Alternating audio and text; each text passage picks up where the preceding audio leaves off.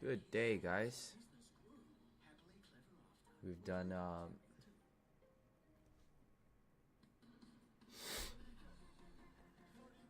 10-ish minutes of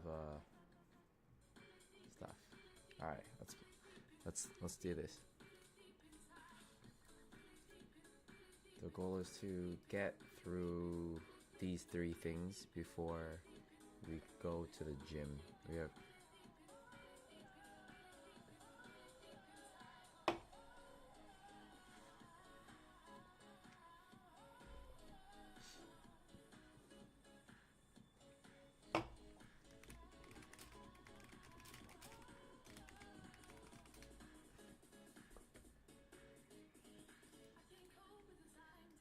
closes at 7. It's 3. I think that means we just have to do we do it until 5. It's just a 2-hour thing. Let's try to breeze through the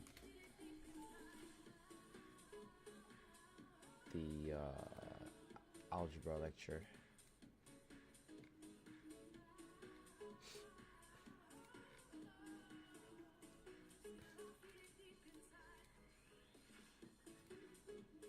It is a 2-hour lecture, which means I do need to know everything here.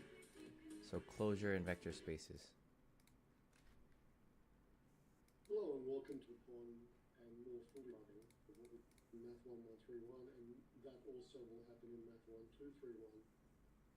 You've probably already seen that they're very, very different types of mathematics. So calculus tends to be done in very fine detail, whereas you'll find in algebra the concepts are presented in much broader strokes. In 1131 algebra, you get a very, very careful look at 2-dimensional space and 3-dimensional space. And what we're going to do in this course is to abstract that, first of all, to n-dimensional space, and then well beyond that into what are called arbitrary vector spaces. Abstract linear algebra is something that most of you have not seen before, and it takes a little bit of getting used to. It's a very different feel in the mathematics. Oh, that sounds very cool. One of the really nice things about abstract algebra is that once you get a concept, once you understand something like independence, It's hard to forget, eh? any of the big ideas in abstract algebra, they usually make a lot of natural sense. The ideas ultimately start to feel very natural, and you'll probably find it's much easier to prepare for an examination in algebra than it is for calculus. For the simple reason that there's less to remember. There's less that you need to memorize. There's less detail that you have to deal with. And ultimately, when you look back on 1, 2, 3, 1 linear algebra, you'll see that there's really only half a dozen really big ideas. And once you get a hold of those concepts, everything else will just Naturally quite come. naturally form those ideas. Alrighty. That So sounds in very this cool. lecture, the first concept that we're going to have a look at is the idea of vector closure. Vector closure. There really are many, many different ways of discussing and thinking about vectors. If you ask a physicist what a vector is, the answer you'll normally get is a quantity with magnitude and direction. And we had a good look at those sorts of vectors in Math 1131. In mathematics, we tend to think of vectors as algebraic objects. So mathematically, we tend not to think of vectors as arrows, but rather we tend to think of vectors as an algebraic thing. And for us in mathematics, there's a lovely example of a vector. So the vector v equal to 251 is a vector in the 3-dimensional vector space R3. Now, what we will do in this course is we will extend the concept of a vector well beyond R3. First of all, to n-dimensional space, but critically beyond n-dimensional space. And we'll start to talk about what are called vector spaces. And what you'll see is that the definition of a vector is ultimately very, very simple. A vector is quite simply an element of a vector space. What is A a vector vector space? is an That's element. a very, very complicated question. of a And vector in lecture number space. 2, in this course, we'll have a very careful look at what is meant by an object being a vector space. So we will very quickly look at abstract vector spaces. Okay. But I think the important thing to take away at this stage is that Wasn't a vector space contains a set of vectors as one of its elements. The addition, the multiplication, as well as the scalar multiple. Scalar multiple. So a set of scalars, a set of vectors, addition and multiplication. And each element in that of itself, defined by the vector space, has certain properties.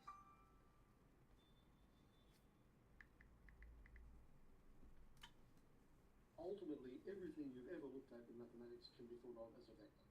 You can think of functions as being vectors, you can think of matrices as being vectors. Pretty much anything that you've picked up and played with at a mathematical level can be viewed as a vector in a vector space. What vector spaces are all about, and what we need to be able to do to vectors in a vector space, is two things. We need to be able to add the objects. So vector spaces are all about vector addition. We need to be able to add things. Now, in physics and engineering, of course, you'll remember that vectors are added tip to tail. For sure. Tip to tail definition of addition. You have to add them. Algebraically, we have a much simpler definition of addition. But ultimately, vectors have to be added. That's the whole point of vectors, that you can actually add them, and you can start to accumulate, for example, forces or velocities. The accumulation of Also, vectors need to be scaled. So you need to be able to double a vector, or triple a vector, or halve a vector, or take the negative of a vector. or take a pi of a vector. Could I do a pi? It's a real number. So yes, we could. Pi times a vector. But that vector would just like, yeah, you just like say, hey, that's the value of pi.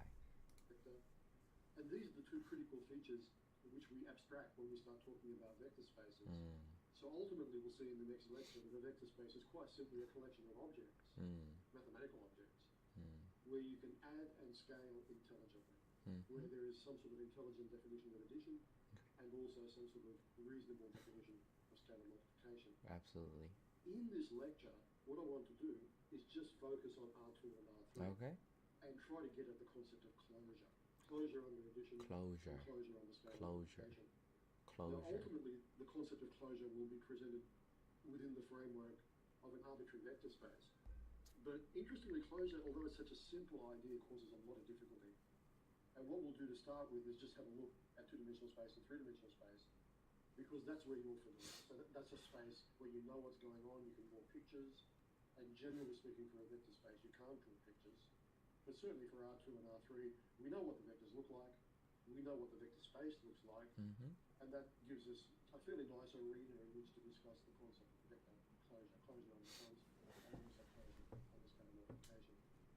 So the plan for this lecture is to look at closure in R2 and also in R3 in preparation for dealing with the concept of closure in a much more general setting. So in the next lecture, we'll discuss what a vector space actually is, and it's certainly not a simple definition, and we'll discuss how closure operates in that much more abstract setting.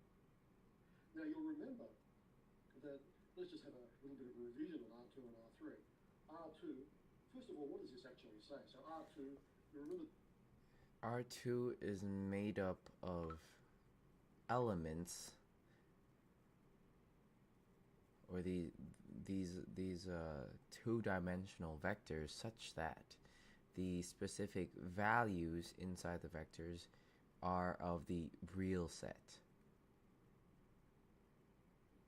So R2 is R2 a vector space, or is it a set? Oh, it is a vector spaces. I'm assuming this is a vector space. R2 defines the, if you can see here, R. Fuck, let me. That's my assumption. Where's my algebra? Where do we have algebra complete blank notes? We don't. I need to download them. Yes, but that's what I think. The brackets are set, that's set theory, so it's the set of all ordered pairs x, y. We read that as such that, okay? Set of ordered pairs. Ordered pairs. Valid. Could we call it vectors? I mean, if we pull it to the... Are these ordered triples? So it is the set of all x, y such that x and y are real. So you've been playing with R2 since year 7 in high school. Mm-hmm. We have a picture of R2, of course, which is just an xy plane. Nothing fancy. So there's your picture of two-dimensional space. What do vectors look like in two-dimensional space? Well, vectors look like 1, 4, and 3, 2. There's two vectors with two-dimensional 1, space. 4. Now, we tend to write the vectors vertically rather than horizontally. Horizontally if you want to talk about points, vertically if you want to talk about vectors. Valid. So there's two vectors in two-dimensional space R2. Is every two-dimensional space R2? Well, no. There are other two-dimensional spaces. Is there any two-dimensional... We could do like Z2, right? And Z2, 1, 4, and 3, 2 would still be in Z2. But 1.5 would not. 1.5 and 4.5 would not be in Z2, it would be in R2. As well, as we'll see in the next couple of lectures. Now, when you add these two, I mentioned before that for vectors you need some sort of... It would still be in R2. And of course, you've done this so often that it's always done without thinking. But if you add these two vectors, of course, we add them pointwise. 1 plus 3 is 4, 4 plus 2 is 6. There is vector addition in the two-dimensional vector space R2. And in some sense, it's difficult to perceive that something actually happened there because it happens so often that you might start to feel, well, nothing actually went on there. But you did take two vectors and add them together. So something very critical is did happen there. Now, if I take the vector 1, 4 and I want to make it 7 times as long, I can easily do that, can't I? So Scale it. 728. And of course, that's scalar multiplication. 7 ones are 7, 7 4 28. And that is also done at a pointwise level. So that happens at the pointwise level, at the elements. Now, this is what we call vector addition. And of course, this is what we call scalar multiplication. Very different processes. So, multiplication.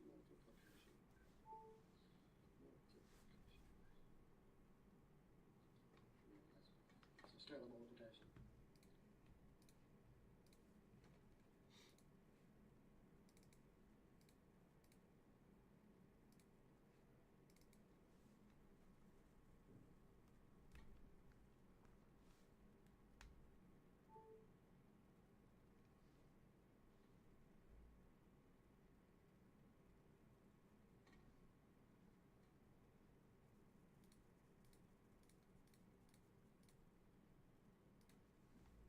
Why is it not working?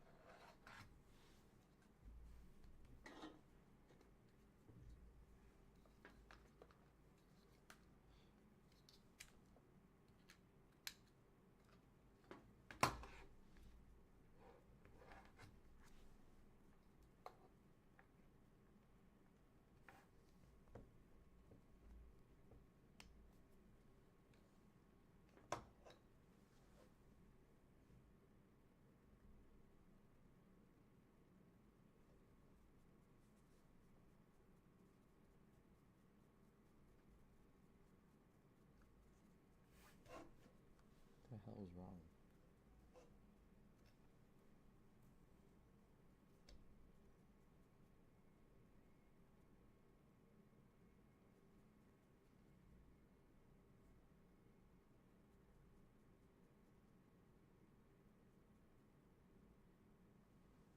I don't know. Unlucky, guys. So they're the two processes that we can engage in two-dimensional space, and they're really the only two processes that we're interested in. So we're interested in being able to add these vectors together, and we're interested in being able to scale them, making them bigger, making them shorter. Now, when we come to three-dimensional space, of course, things are very, very similar. So in three-dimensional space, we have a picture of R3. So that's what we like to, now, not everyone draws it like this, but in this course, we're going to draw three-dimensional space like that. What do two vectors in three-dimensional space look like? Well, nothing special. There's two vectors in three-dimensional space. Do we have some way of adding them? Well, we certainly do. And once again, this happens so naturally that you almost think that nothing happened, but 1 plus 2 is 3, 4 plus 1 is 5, 7 plus 8 is 15. That is the process of vector addition in three-dimensional space R3. And of course, if I want to double, for example, 1, 4, 7, I have a fairly reasonable way of doing that, which is 2, 8, 14. 2 ones, 2 fours, 2 sevens. So there is the process of addition and scalar multiplication quite simply exposed there. So it's very clear exactly what all these things mean. Okay, so what you see here in a very familiar setting is what is critical about vector spaces and vectors. Vector spaces are collections of vectors, and what makes vectors tick is that you can add them and you can scale them. So you have some way of adding vectors, you have some way of scaling them. Now, a question that students often ask, can I add 1, 2 to 3, 1, 5? I don't think you can. And the answer to that question is always no. Vector spaces cannot perceive other vector spaces. So R2 doesn't know about R3, and R3 doesn't know about R2. They can't even see each other. So there's certainly no way of doing that at all. If you're gonna put this flat on the ground, and it's a vector that has been bounded onto the ground, you can't really add another thing on top of it just because, like, we're not working in R3, we're just working in R2. So these vector spaces are very much closed. We're talking about closure. They're very much closed objects. You can't start putting unfamiliar objects into these spaces. Now, the concept of closure, like so many of the ideas in abstract algebra, they're so delicate and so light that they're difficult to get a hold of.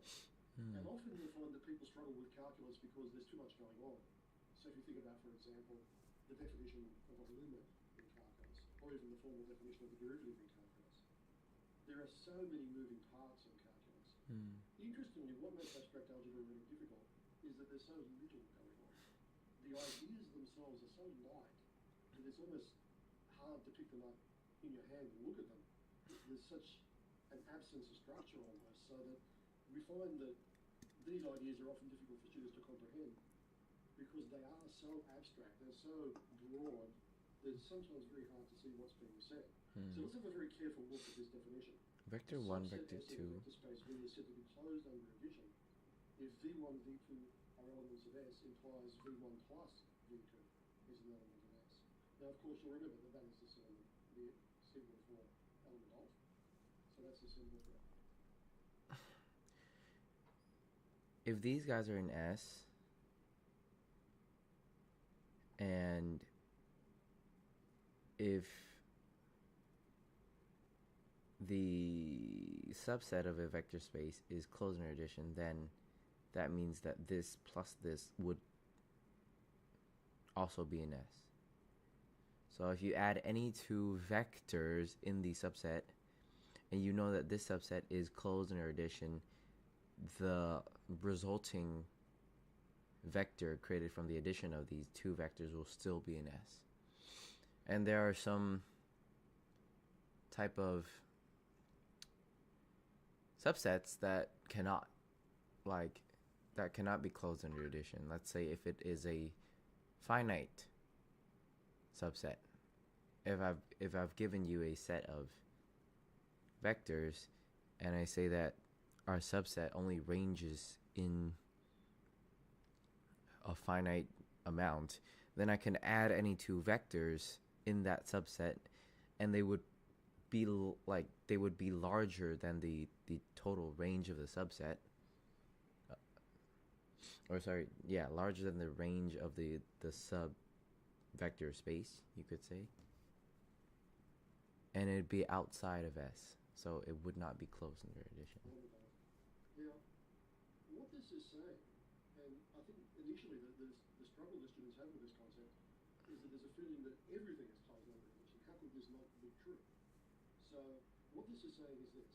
A subset is closed under addition if, when you take two vectors in the subset and you add them together, you stay in the subset.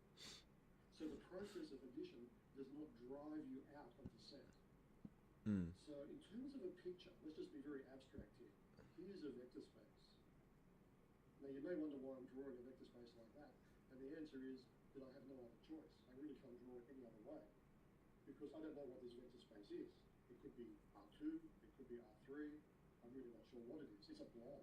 It's a blob. Of vectors, it's abstract. Which could be almost any vector space. Within V, we take a subset. So living within V is a subset S. So for example, this could be a line in two-dimensional space, or it could be a plane in three-dimensional space, or it could even be a line in three-dimensional space.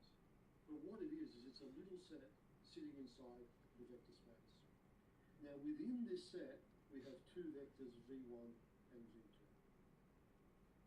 So within S, and be careful where these things are, V1 and V2 are in S.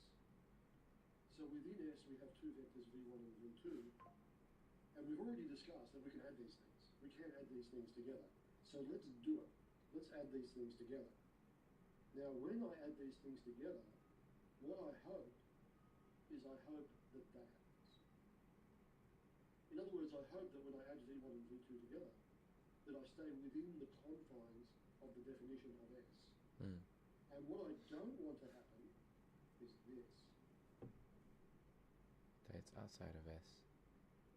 So we do not want that to occur. Now the reason we don't want that to occur is very, very simple, and it's somewhat selfish really. We imagine that we live inside S. So imagine that you are an inhabitant of the set S. So that's your universe. There you are, quite happy inside the set S.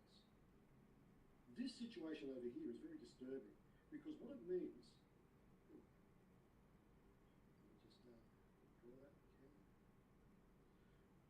what it means is that you have taken two elements of your universe. You've taken two objects that you can perceive and hold, and you've added them together, and what you've produced over here is no longer part of your world. It's completely disappeared.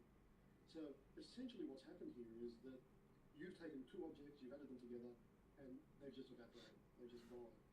And what you hope, of course, is that this happens instead. That when you take two elements of S and add them together, that you produce another element of S. In other words, that when you add objects together, you can actually see the sun. Now you may wonder, how could this possibly happen? How could it possibly happen that you add things together and they disappear? And we'll see in a minute that, in fact, that's what happens most of the time. If you take a random subset of a vector space, most of the time it will not work. It will not operate correctly. So really the only reason we want this to happen is so that we can actually function mathematically, so that we have the ability to actually do things and actually operate at a mathematical level. Okay. And certainly the situation, we expect almost everything to be closed. As soon as a set is not closed under addition, we are suspicious of it. We have concerns that we will not be able to, in fact, deal with that set properly. Almost all of the great objects that you've looked at are closed under addition. So R2, R3, planes, lines, all of the objects in linear algebra tend to be closed under vector addition. Now let's have a look at an example. So let's just have a look at what sort of things we can ask you. So this is our first example. And you can see Unlike calculus, where we tend to get to the examples very quickly, in algebra, a lot of time is spent dealing with ideas and definitions, because that's where all the action is. All the action is with the ideas and the definitions. Let S be the subset of R3 defined by the vector xyz in R3 such that x squared plus y squared is equal to z. This is some type of circle.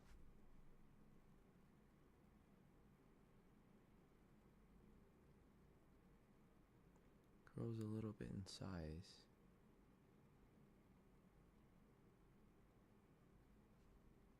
Circle, a vector, a circle vector. Because you add these two elements to get something else. In my mind, x squared 1.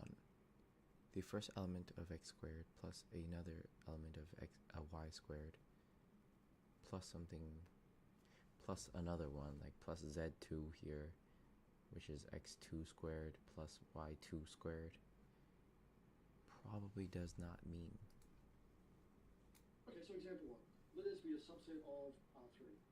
So S is a subset of three-dimensional space. And is given by all triples, x, y, z, all ordered triples, with the property that z equals x squared plus y squared. Now, it's important to appreciate what this is trying to tell you. It's saying, look, S is only made up of special elements of R3. It is made up only of elements of R3 where the property that the z coordinate is the sum equal of the squares of the x and y coordinates. So the z coordinate must be equal to the x squared plus yeah. y squared. That is the only way you get into S. So that's the only way the vectors or the ordered triples exist in S. Now, you can sketch this object geometrically, and you've probably done this in 1131 in various places. Probably. But that's not really our concern here. Our concern here is not sketching. We're not worried about curve sketching at all here in this course. We're just worried about what these objects are doing at an algebraic level. Now, there's two questions I'm asking you here. Write down two non-trivial vectors in S. Now, like 1 squared plus 1 squared is equal to 2. So 1, 1, 2 is in it. 2 squared plus 2 squared is equal to 8. 2, 2, 8 is in it. Non-trivial in this context means non-zero. So essentially we're looking for two vectors which are interesting. Now, remember that these objects tend to be infinite. So vector spaces tend to be infinite. Sure. Subspaces, subsets tend to be infinite. Sure. It should not be hard to find two vectors. So let's just grab any old two. So let's try 1, 2, 5. Sure. And also let's try 3, 4, 25. Sure. So these are both yes. Okay. These are both an element of S. How do I know? How do I know that they're an element of S? Because when you add them, z is equal. Yeah, this z coordinate, these two z coordinates are equal to the, like, they satisfy this equation. And 25 is equal to 3 squared plus 4 squared. So it satisfies that condition. Yeah. So they're two vectors which belong to the subset S. Now clearly that's really special. For example, we'll just take 1, 1, 1. That is not an element of S. Yeah, because it doesn't satisfy the equation. Yeah. And you can see here, the feeling you should have is that the elements of S are special in some way. Yeah. So they're not random elements. Yeah. And most elements will not be, most vectors will not be S. Yeah, so they are very special. They must satisfy a certain, they must satisfy an equation in the element level. This is the vector level or the ordered triple level. And there's just a set of other special rules that define the subset so that the specific elements must equal. And so if we want to prove that S is not closed in addition, we just have to find a counterexample. That if I add these two together, it is not going to be an S. which is like 30. 30 is not equal to 6 squared plus 4 squared, because 6 squared is 36 plus 4 squared is a 16. Only certain special vectors get in, and they're the ones. So when we make something else, right, like 4 squared, right, if you add these two vectors, you need to show that they're not in S, because to be in S, you have to satisfy Z is equal to X squared plus Y squared. Prove that S is not closed under addition. Well, let's add these two vectors together. Mm-hmm. Let's add together 1, 2, 5, and 3, 4, 25.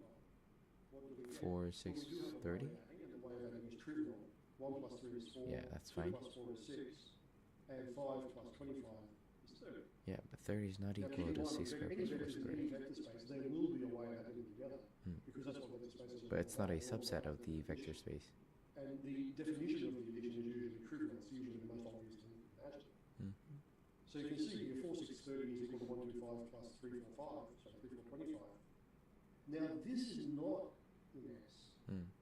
And the reason is because 30 is not equal to 4 squared plus 6 squared. Done? Clearly Okay. not true, isn't it? So 36 plus 16 is not going to equal 30. Okay. And it's important not to underplay the significance of this. So what has happened here is fairly Significance of the simple. right-hand side, is that what We you mean? chose a subset of three-dimensional space. Okay. So it was some sort of collection of vectors in three-dimensional space. Okay. But that collection of vectors has got problems. So that collection of vectors is not behaving as we would like them to behave. Because when I add them, I take something I can see in S and something else that I can see in S. And when I add them together, I get something I can no longer see. I get something which is no longer part of the set. And in terms of the picture, exactly this happened over here. So it's this situation over here, where the vectors have, I've taken two elements of my set, I've added them together, and I've ended up outside the set, which is not what I want. So the process of closure under addition, the restriction of closure under addition, is essentially just good housekeeping. We're just trying to make sure that we don't get any Good nasty housekeeping. surprises when we attempt to simply add vectors. And I think that's a fairly reasonable thing to expect. You can't imagine that when you add vectors, that something horrible is going to happen. Mm. Nothing horrible should happen when you add two vectors together. Mm. And in some a very real sense here, something horrible has happened. So two vectors of a particular type have been added together to produce something which is completely unfamiliar, completely. So proving closure under addition, and we'll see in the next example here, all you have to show me is something going wrong. Okay. So to prove that a subset of a set under addition is because vectors which have not got zeros in them, vectors where there is a potential. Okay. We continue with this video with our analysis of closure, and you remember the central issue that we're having a look at. If you have a subset S of a vector space V, that subset is said to be closed under addition, or sometimes closed under vector addition. If whenever you take two vectors in a set and you add them together, you get another object within the set. So the set, as closed means usually, it is a closed object. Things don't start moving outside the boundaries of the object. Now we showed in the previous video that if you want to prove that a set is not closed under addition, it's actually pretty easy, because all you have to do is show this not working. So all you have to do is pick two particular vectors which belong to S, add them up, and show that the sum does not belong to That's S. not a lot. And usually what you'll find is if you pick any two interesting vectors in the set, you will start to get into trouble. So if a set is not closed under addition, you'll find that the difficulties are not hard to find. You'll find problems all over the place. What we're going to do now is something very, very different. We're going to prove that a set is closed under addition. And the first really important thing to appreciate is that you simply cannot do this by looking at particular vectors. Because no matter which vectors you look at, maybe you're just getting lucky for those vectors. So the argument doesn't need to be completely general. You must deal with random objects. And this is the first mistake the students make sometimes. They conflate a proof of closure with a proof of non-closure. And that they are very, very different processes. And certainly proving the set is closed under vector addition is significantly more difficult. So you prove non-closure by counterexample, but you prove closure with something else? So let's now move on to our next example. And we'll go through this very, very carefully. So we'll work through this. One sec. Just need to write up some quick notes.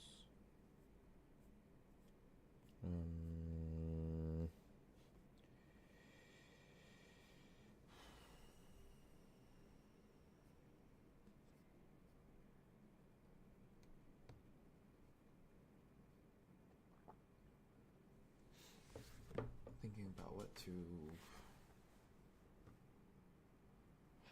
how to formalize my notes.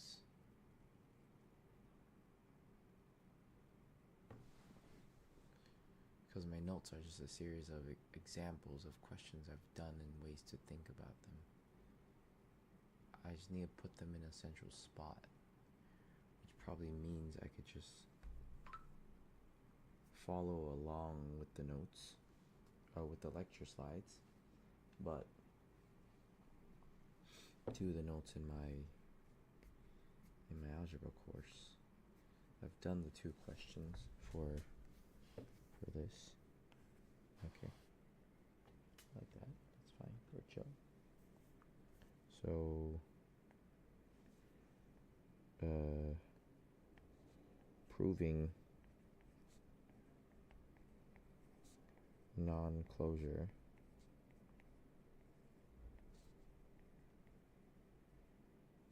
under addition.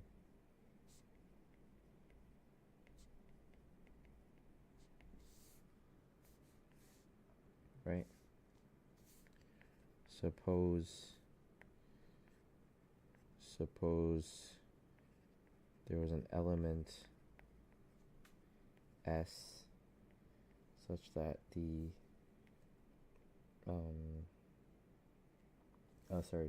set S such that it is made up of ordered pairs xy, and they are in S.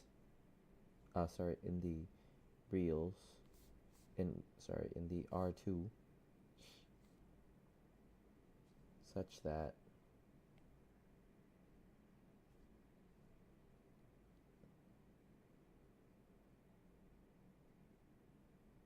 X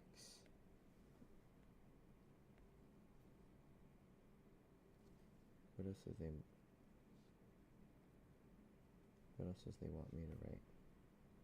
Oh, such that X, Y are both in R. Okay.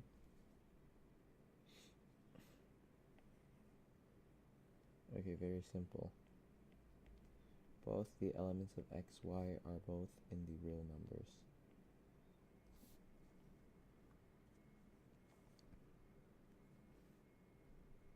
And set S2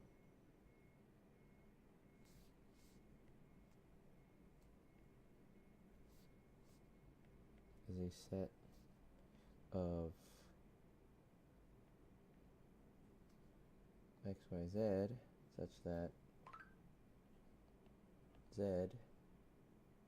okay, we're going to write R3 here, such that Z is equal to X squared plus Y squared.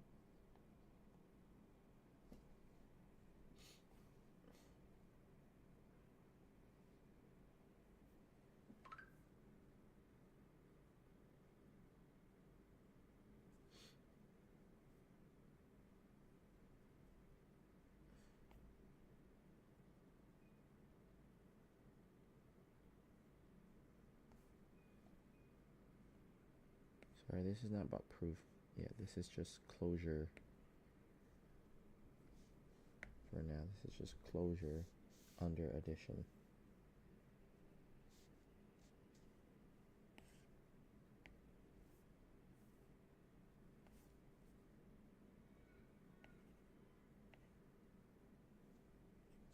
Sorry about that, guys.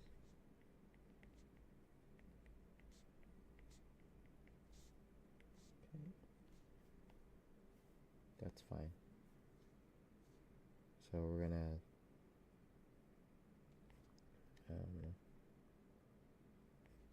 1, 2 plus 2, 3, 3, 5.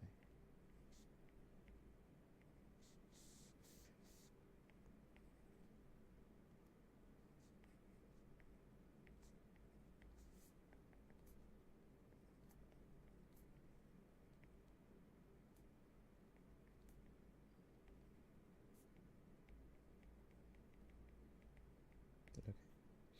Same thing here.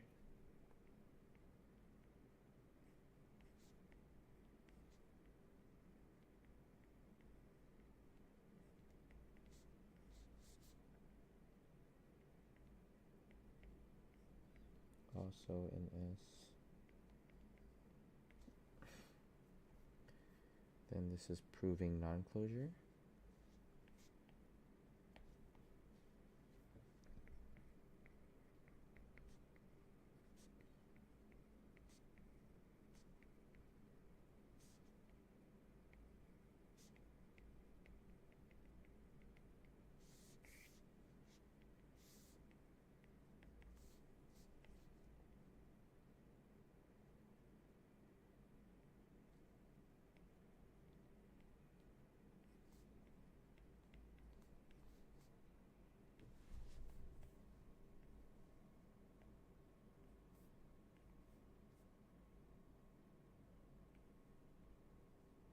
What's 2, 3, 2 squared plus 3 squared is 13.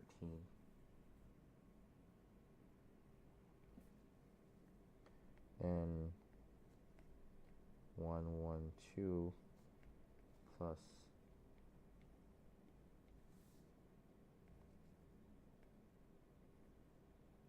2, 3, 13 is equal to 3, 4, 15.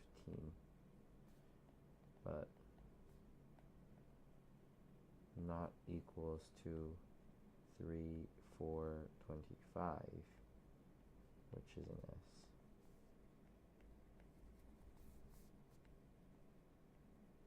Not into S.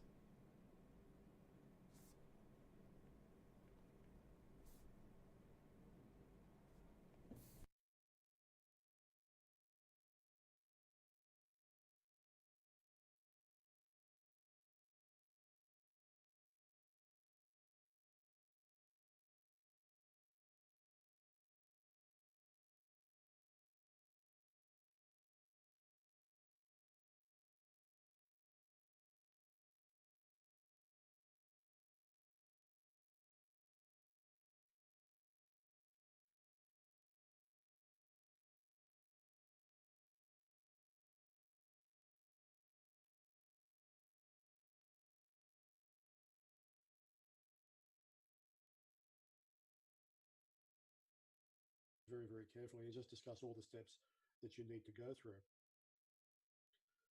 Now let's have a look. Example 2. Let S be the first quadrant in R2.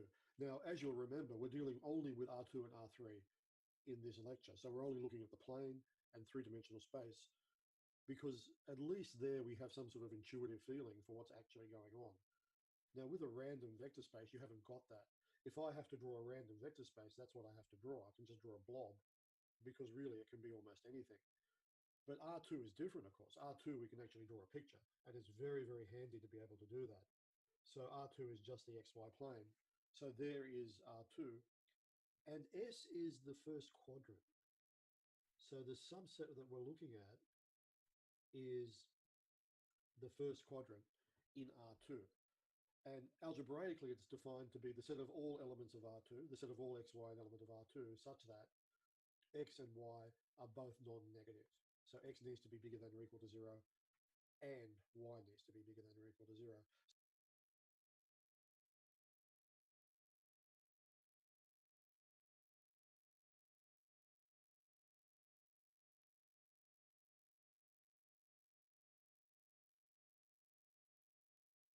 So there's a formal description of what we mean by the first quadrant in the xy plane. Prove that this set is closed under vector addition. Now, one of the really nice things about R2, more so than R3, but certainly for R2, is that we can draw the process of vector addition using the parallelogram law. So we can actually see what these vectors look like. So let's say there's one vector, there's another vector in the first quadrant. When I add those two vectors together, you can see I run across the diagonal of the parallelogram there. And I think intuitively you'll agree that that sum, so this is V1 here, this is V2 there, and this is V1 plus V2 up there. I think intuitively it kind of makes sense that V1 plus V2 will also be in the first quadrant, because no matter what happens, no matter which directions V1 and V2 are pointing, as long as they're in that first quadrant, the sum will also be in the first quadrant.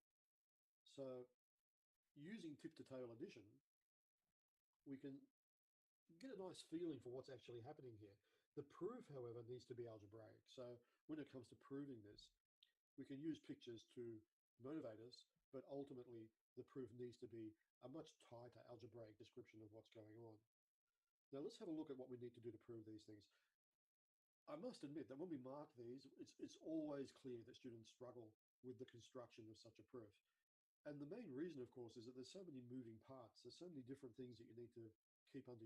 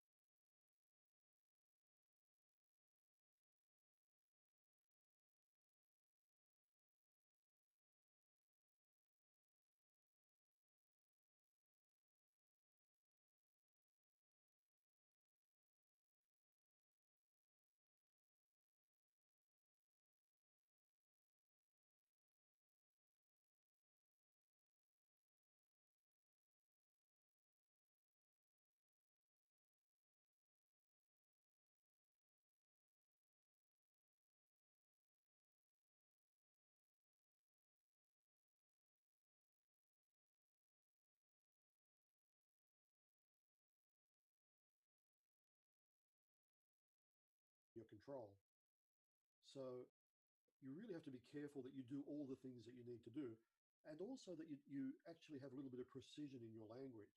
And we'll see in particular in the next lecture, in lecture number 2, I'll try to give you some sort of feeling of what tends to cost students marks. So what sort of things could you possibly write down that will upset the examiner? But if you're going to prove closure, there's a very simple recipe that you have to go through. First of all, you need to choose 2 vectors in the set in question and tell me what's special about them. So choose 2 vectors, show me what you mean by those vectors being in S. Add the vectors. Now, adding the vectors is never difficult. It is very, very rare for vector addition to be exotic. It's usually just the standard way of adding vectors. So it's almost never the case that you're sitting there thinking, well, how do I add these things? You always just do what you imagine should be the right thing to do. Once you've added the vectors, you have to convince the examiner or the reader that the sum, the vector sum, is also in S, that it also has the properties or the property which defines the subset S. Now let's have a look at how we do this. So first step here. So I'm trying to prove closure under addition for this particular subset, the first quadrant in R2. So we begin with, let V1, V2 be an element of S. So you can see I'm simply choosing 2 vectors in S. V1 equal to x1, y1, z1, and V2 equal to x2, y2, z2. Now, of course, sorry, there's only 2 components there. So V1 equal to x1, y1, and V2 equal to x2, y2. So what is S made up of? So S is made up of elements of R2. So I'm just describing here 2 elements of R2. But they're not any old elements of R2. We have something going on. X1, Y1 has to be bigger than or equal to 0, and both X2 and Y2 has to be bigger than or equal to 0. In other words, S is made up of vectors where the components are never negative. That's what S is made up of. It's made up of vectors where the X component is non-negative and the Y component is non-negative. Because these vectors are in S, then x1 and y1 has to be bigger than or equal to 0. x2 and y2 also have to be bigger than or equal to 0. So what have I done there? I have chosen 2 vectors. I've shown you what they look like. They look like elements of R2. And I've explained what is special about them.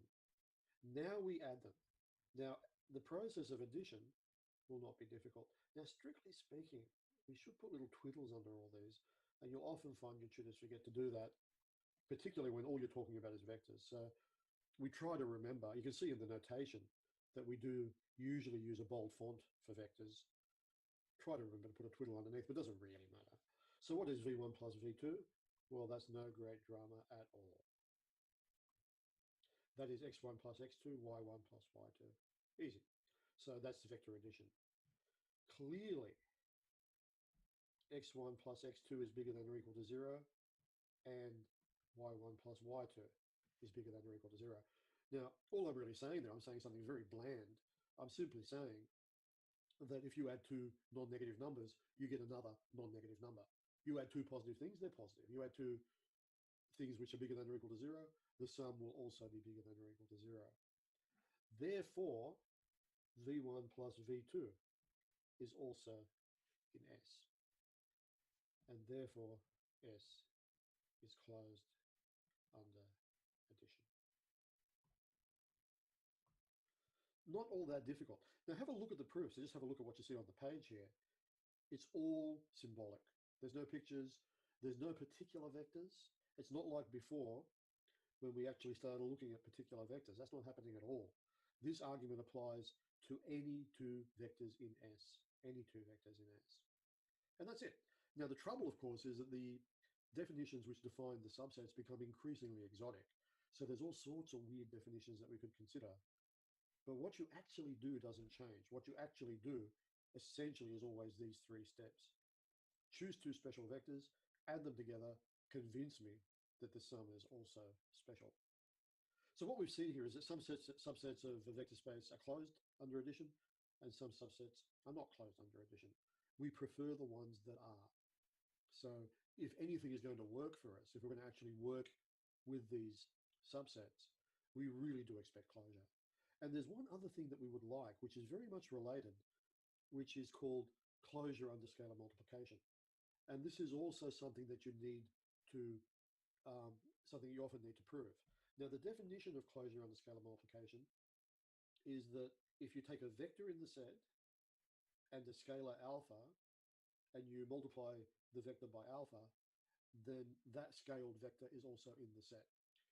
So what closure under scalar multiplication says, if you choose a vector in the set S and you scale it in some way, now that means you double it, you triple it, you halve it.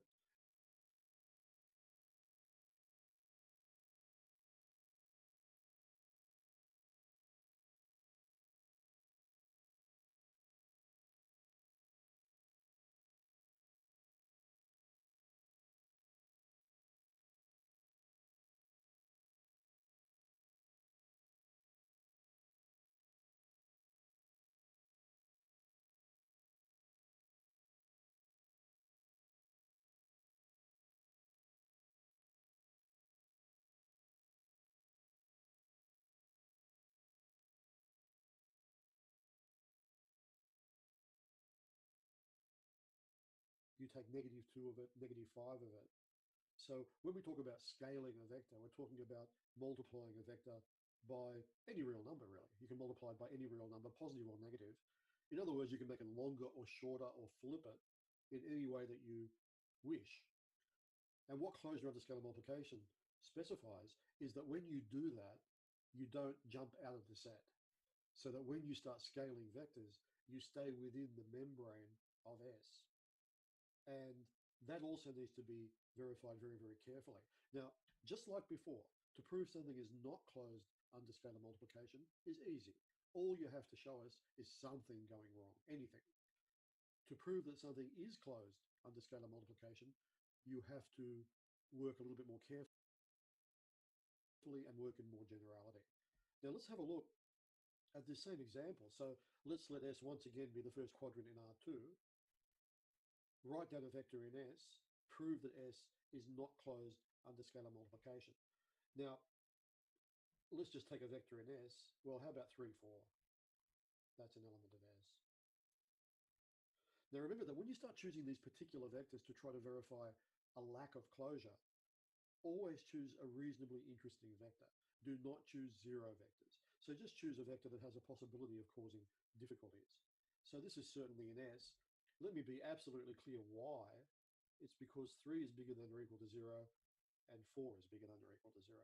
In other words, S is made up of all elements of R2 where the coordinates are bigger than or equal to 0, and that's certainly happening here. There's no doubt that that's happening. Let me now choose a scale factor of -7. Now that's a scalar.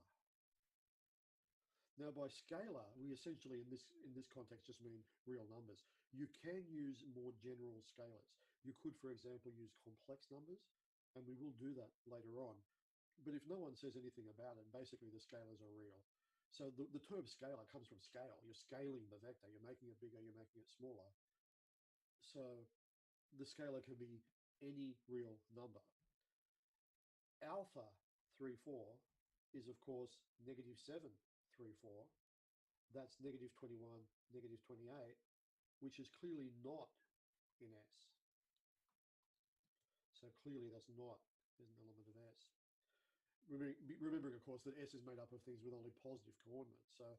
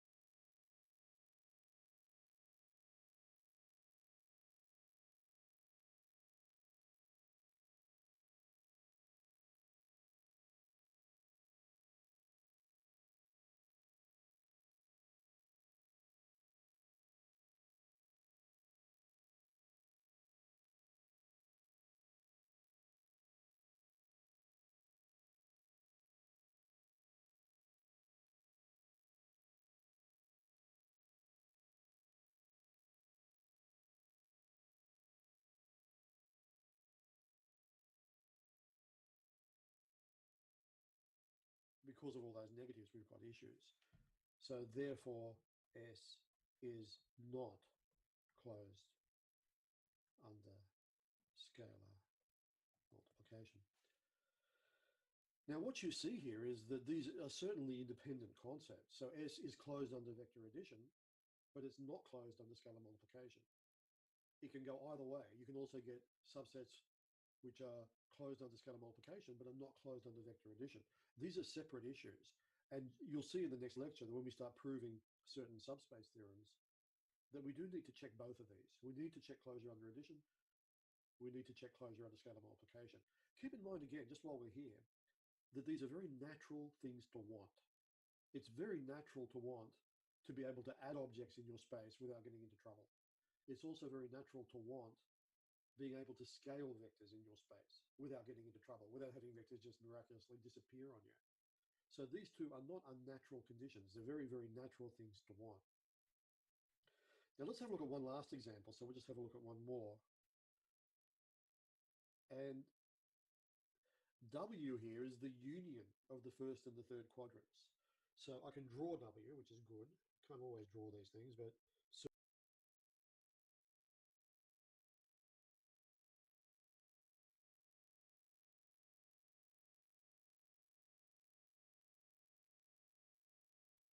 Fortunately, closing scalar under multiplication, I'm going to try to kind of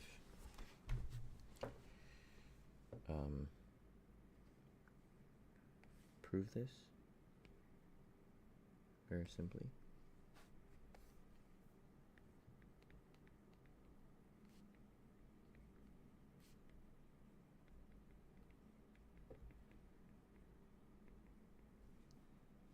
And as long as we meet the special properties, we just have to show that if you're in the real numbers, and if we're going to act with a scalar, that scalar is going to act both on the x and the y elements inside our ordered pair. And there's never going to be any instance such that it's going to be in quadrant 2 and 4 where either one is negative or positive. It has to both be positive or negative.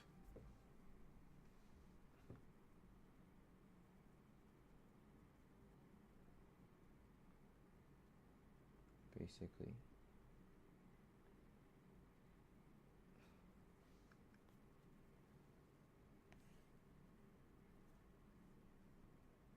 Okay, that's gonna take about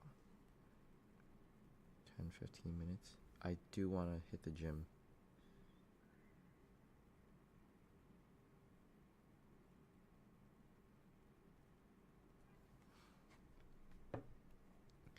Right. Telling us to sketches. Good start. Showing how we've got like a 5, 2, and a 4, -4, -7. Right? And we don't worry about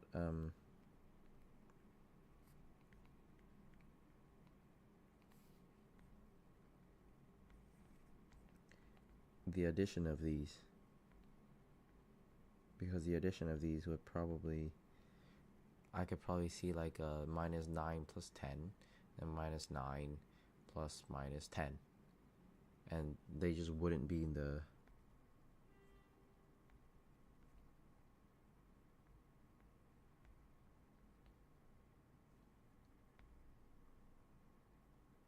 you know what I mean?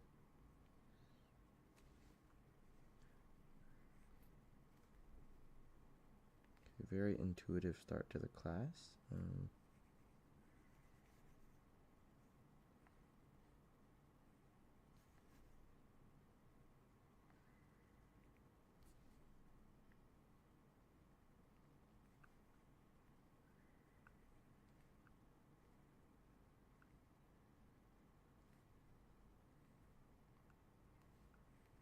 Okay.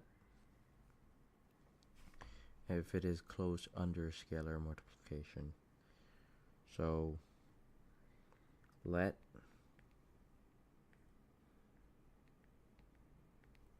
there be a v1 is x1, y1, where x1 is larger than 0, y1 is larger than 0, and let there be v2, which is x2, y2, where x2 is less than 0 and y2 is less than 0. Right? Then let the scalar be an element of the real number system.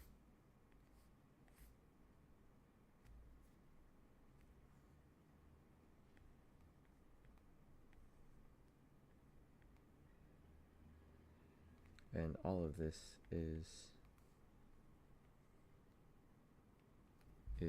in the set W. Then lambda v1 is equal to open bracket lambda times, is lambda on the outside of the vector bracket x1, y1, and then I'm going to peel back the thing and I'm going to multiply the lambda in, right? Where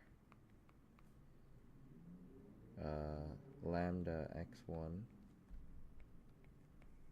and lambda y1 are either, I have to write this, both, right? Because we're trying to prove both.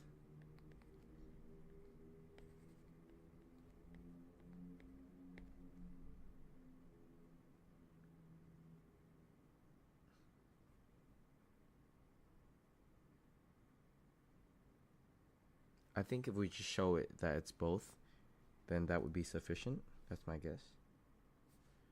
And then the same.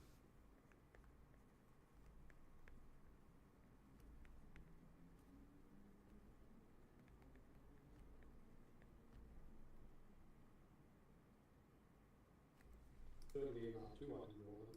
You're going to some part that jumps up like informal proof. Now once again, we have a little recipe that we go through here, and you just have to be careful that you touch all these bases. So let that be in W, then either both x1 and x2 are greater than or equal to 0, or both are less than or equal to 0. That is, v1 is either in the first quadrant or the third quadrant. Now let R be any scalar. If scalar, then we'll be in the same quadrant, and thus W.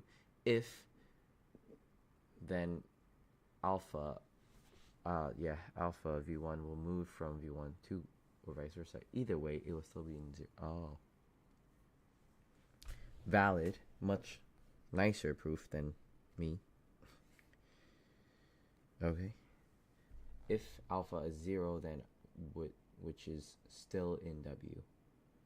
Thus, W's closed interscale multiplication. So let there be a v1 in x1. Then yeah, you have to underline the both. If we're gonna write the proof,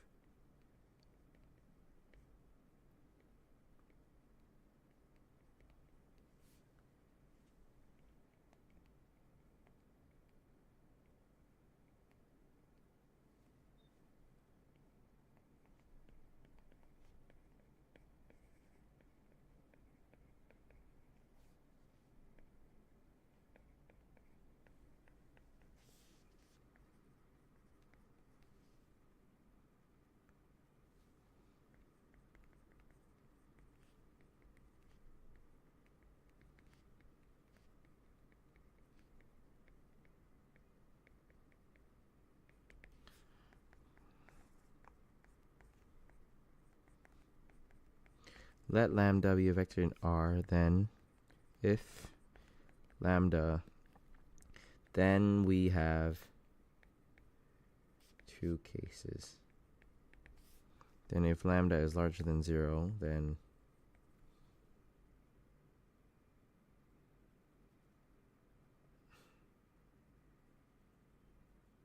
okay. Okay. Okay. Then and v1 is larger or equal to and in q1, which is in w still, then lambda times v1 would still be in q1, since lambda x1 is larger or equal to 0, lambda y1 is larger than 0. If lambda is less than 0, then either v1 in q1 or q3, because both lambda x1 larger than 0, lambda y1 larger than 0, or lambda x1 less than 0 and lambda y1 less than 0. So in q1 or q3. Therefore, oh my god, if lambda is equal to 0, then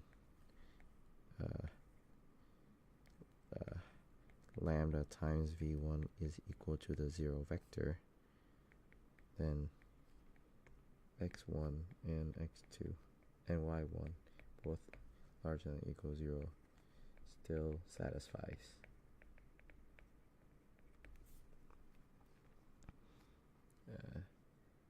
Both in therefore in w here, you have to show that it's in w, it's in w, it's in w, therefore in w. To prove closure on a scalar multiplication, we choose a random vector in the set, and once again discuss what is special about it. So S is made up of special objects. Tell me what's special about it. Okay. Multiplied by a random scalar. Long. And keep in mind that scalar could be positive, could be negative, could be 0. You can't specify it. It has to work for every scalar. And then carefully prove that the scale vector is also in S. Okay, so let's begin here. So 1. Let v1 equal to x1, y1 be an element of w.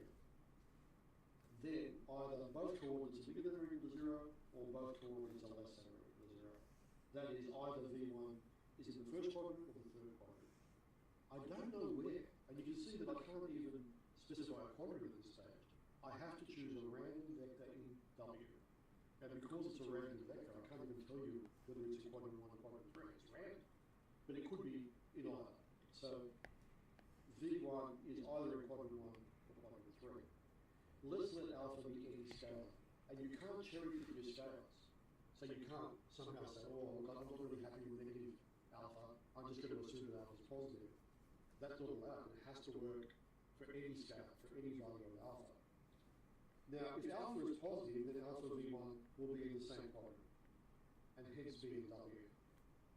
If alpha is negative, then alpha v1 will jump to the other quadrant.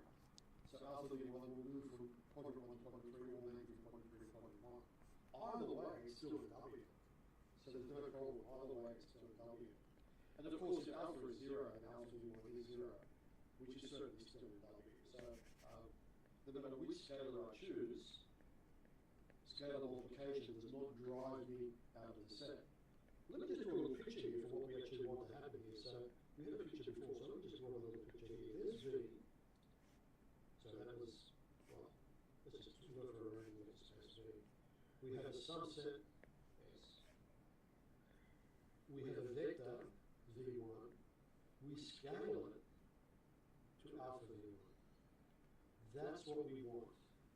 When we scale the vector, we want to stay within the boundaries of the set. What we do not want is this. The real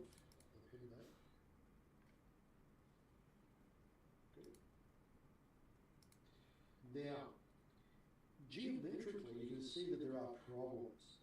So let's just go back to W. Here's a picture of W. Now, you may imagine, well, everything's okay. If I choose two vectors in there and I add them together, I'll stay inside the hatched region. If I choose two vectors here and add them together, I will stay inside W. Okay. But there's another possibility, isn't there? Yeah. And that is that maybe you choose a vector here and a vector there. Yeah. And when you add those vectors together, you end up jumping outside of W. So it feels as though there's a danger here. Now, algebraically, we can actually verify this quite easily. So is W closed under vector addition? My guess is no. Okay. So the add-on is it closed under addition? I think before we write the proof, we just want to just want to show some rough working, right? Which is like,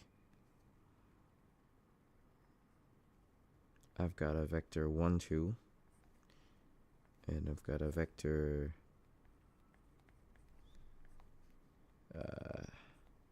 -3 and -1 are both in W. Then 1, 2 plus -3 -1 gives us -2 and 1, which is not in W. So, no. So the answer is, in the particular example, it's most certainly true that V1 and V2 are in W. So that's certainly true. How do I know that? Well, that's in quadrant 1, isn't it? And that's in quadrant 3. And W is by definition the union of those two quadrants. So V1 is definitely in quadrant 1, V2 is in quadrant 3. So they're both clearly in W. When I add V1 and V2, so when I add V1 and V2 together, what do I get? I get 3, 3 plus -2, -4. I get 1, -1, which is clearly not in W. Now 1, -1, of course, is down here. W is quadrant 1 and quadrant 3. 1, -1 is in quadrant 4.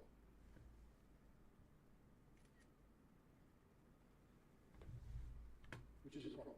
That is a problem, isn't it? And you can see that what I've done there is that I've chosen two vectors which exist within W, I've added them together, and I've produced a vector which is not in W.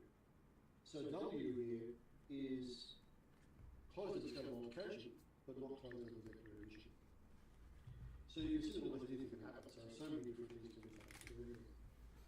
Now in this lecture, I've been focusing on R2 and R3. So two-dimensional space, three-dimensional space. Two-dimensional space is pretty much all you did in high school. And three-dimensional space, I think realistically, is pretty much all you did in Math 131. So Math 131 was all about vectors in space, lines in space, planes in space, cross products, all sorts of mathematical tools that you can use. Within that generality, we can say so much. So much can be said about these. 11%. So in the next lecture, what we'll have a look at is... Well, my phone is gonna die.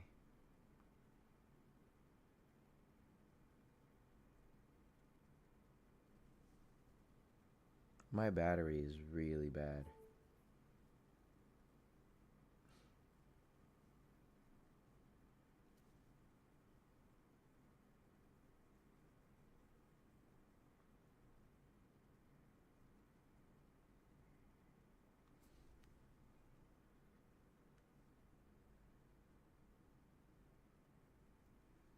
Just buy a new phone or some shit? I do want a new phone.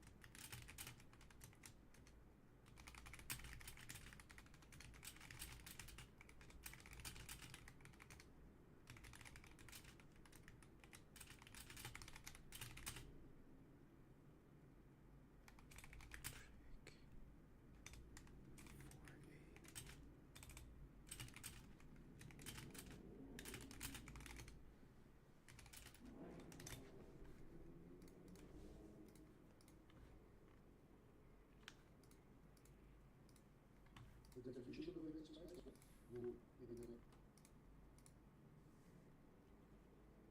it's quite ambiguous now because Seems like we might not be able to.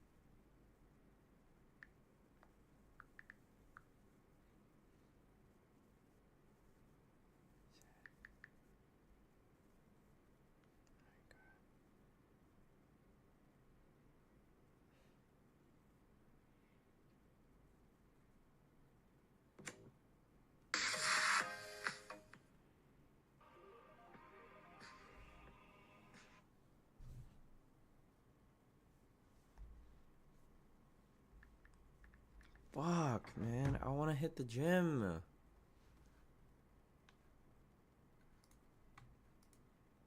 One week of school, and that's what happens. depending upon your background, the word vector will mean many different things. We've seen that vectors are used by physicists and engineers as quantities with both magnitude and direction. Later on, we treated vectors as being algebraic objects in two-dimensional space R2 and also in three-dimensional space R3. Holy. There's a lot of schooling, a lot of studying. I can't believe I'm skipping one whole week of school next week.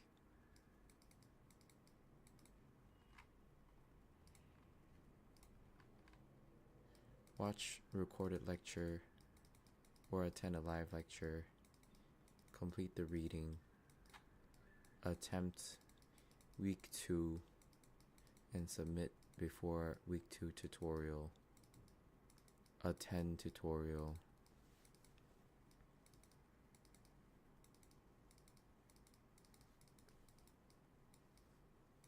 Attempt weekly quiz. I might just sit here the whole day, bro.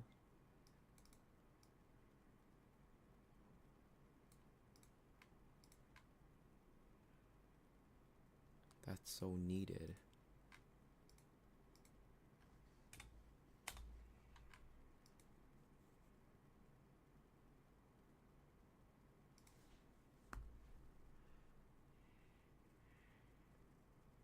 Then I can breathe. Like on Wednesday, I want to be doing problem sets, hitting the gym.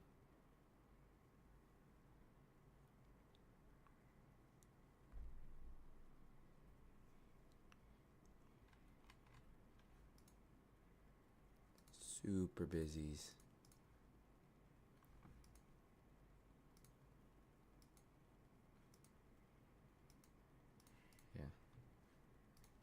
And what we will now do is completely abstract the concept of a vector.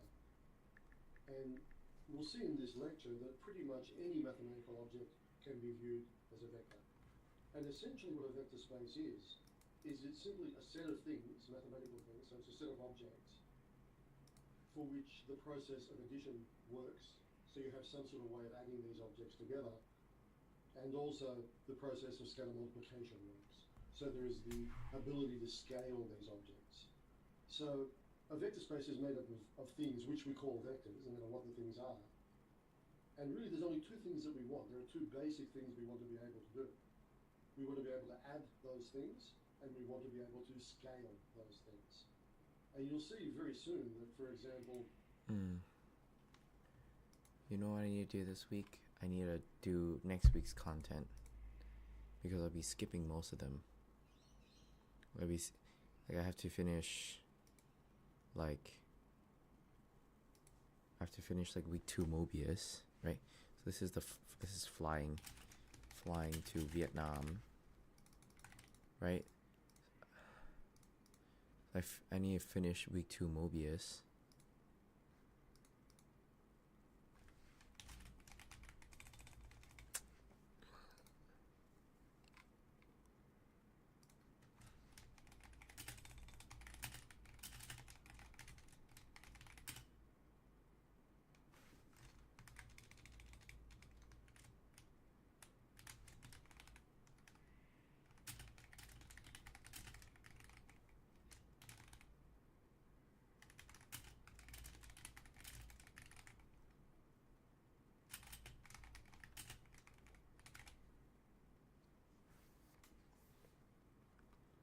Basically, I have to account for the whole week.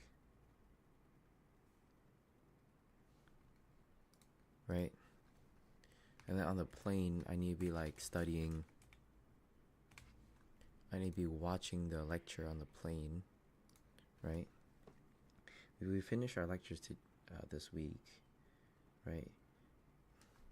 And then tomorrow, I'm going to have like the lecture at school. Just like another 2 hours of calculus at school. And I have to... Matrices can be viewed as vectors. Polynomials can be viewed as vectors. Continuous functions can be viewed as vectors. And the definition of a vector now, at least, is very tight. We can define a vector very, very easily now. What is a vector? Well, a vector is an element of a vector space. Sorry, I need to change that.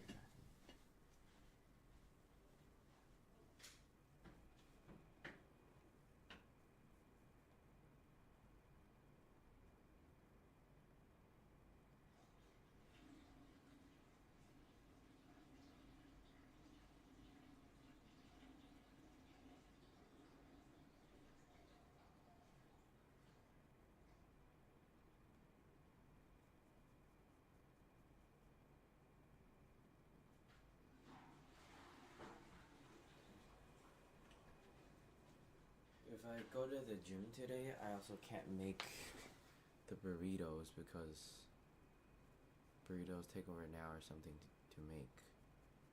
I could make the burritos tomorrow and then still be able to gym in between as long as I finish everything today. How about I prioritize the gym twice? Because on Wednesday I'll probably be at home. And on Wednesday, I want to prioritize the banking accelerator, because on Thursday I also don't have anything to do. So on Thursday, I also want to prioritize watching lectures and catching up and all of that before my tutorial.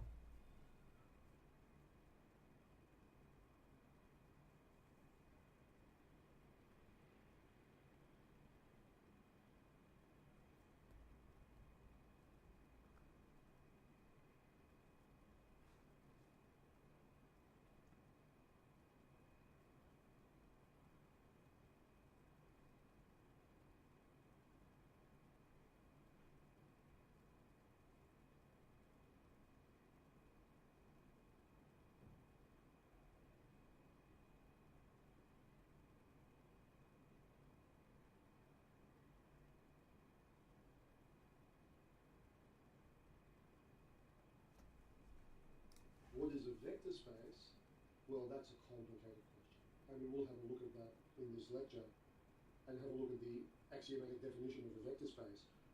And it's fair to say that the definition of a vector space is a very, very complicated thing. So to define a vector space properly, we really have to present almost a dozen very, very specific and targeted axioms which control the behavior of the vector addition process and also the scalar multiplication process. Now, just to get a bit of a feeling for this, because it all feels a bit strange at first, let's just have a look at some vector spaces which are not the usual vector spaces. So the usual vector spaces are R2 and R3, two-dimensional space, three-dimensional space, and you certainly examine those in great detail in Math 1131. Let's now look at other vector spaces, so vector spaces which are made up of slightly more exotic types of objects. Now, this example is really just trying to get a feeling. How long is this one? 25 minutes. So an hour of algebra to finish. Hour of chain rule, hour of trig. I've got Mobius for algebra, which is due before tomorrow. That's going to take less than 2 hours. And I've got the COM 1100 lecture. And the gym closes at 7. I really like to hit the gym.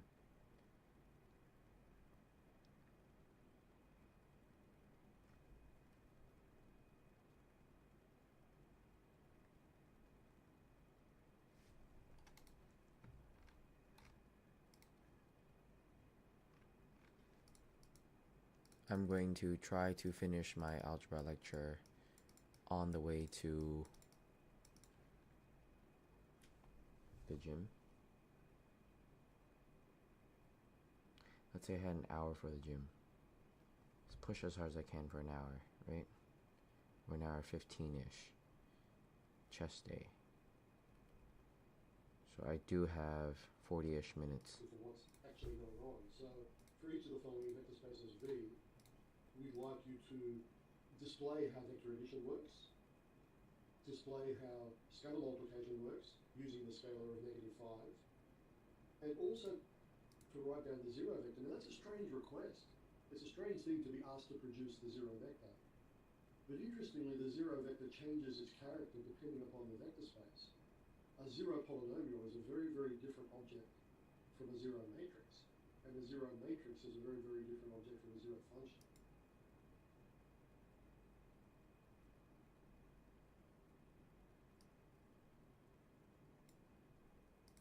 So these zero vectors themselves have quite an interesting existence, and they change their nature depending upon the underlying space. Now, hopefully, what this will give us a feeling for, at least, this next sequence of examples, is a feeling for how broad the concept of a vector space is. Almost everything fits in to this theory. So the first example, V equals R4. So the first thing we wish to do is to display the process of vector addition using a pair of non-trivial elements V1 and V2. So what do elements of R4 look like? Well, how about 1, 2, 3, 4, 1, Yeah. 4, 1, 7? Okay, valid. That's an element of R4. Okay, That's an element of R4. okay. Can I draw a picture of this? Well, I think the answer is no. Nope. I can't draw a picture of this.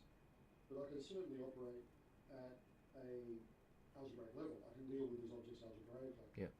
Now, let's see how the addition works. Now, the addition is not mysterious. 1 plus 1 is 2, 2 plus 4 is 6, 3 plus 1 is 4, 4 plus 7 is 11. Okay. Now, it's a little bit easy to gloss over what's actually in front of you here. This is a vector in 4-dimensional space. This is a vector in 4-dimensional space. And you're creating another what I've vector done in there 4-dimensional is space. I've added those two vectors in 4-dimensional So it space. is closed under in every addition. vector space, there is such a process of addition. And vector spaces are all about addition, scalar multiplication. You've got to be able to add your vectors, and you've got to be able to scale your vectors. Now let me now scale this first vector. And again, this is not difficult, is it? So this becomes -5, -10, Yep. -15, Yep. -20. Yep. And of course that's also an Yep.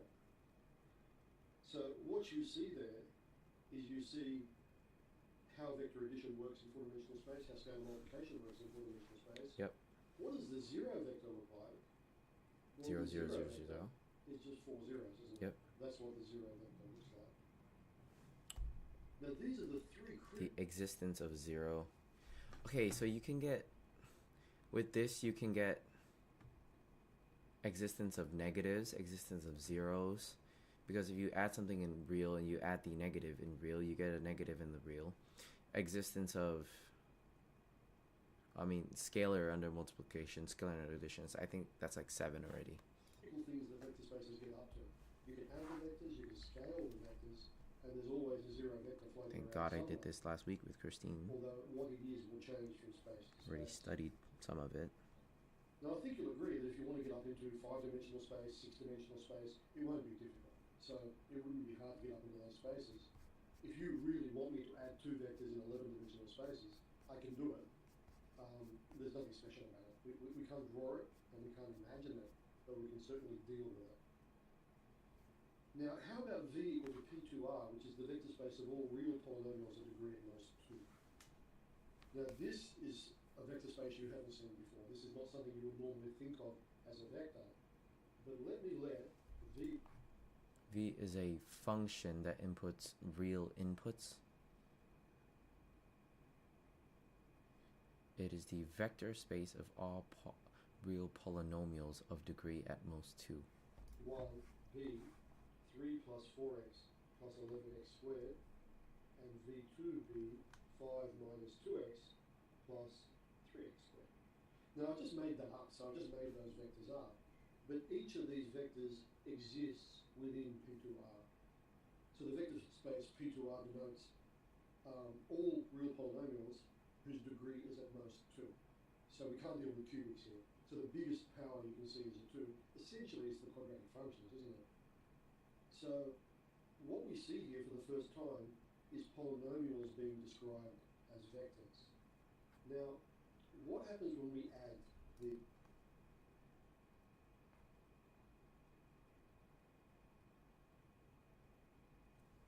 vectors? What happens when we add V1 and V2? Well, you've been doing this for many, many years. 3 plus 5 is 8, 4 minus 2 is 2, and 11 plus 3 is 14x squared.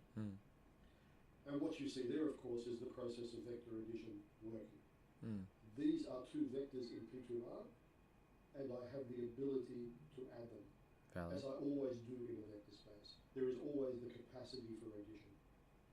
What is negative 5v1? Well, that'll be negative 15 minus 20x minus 55x.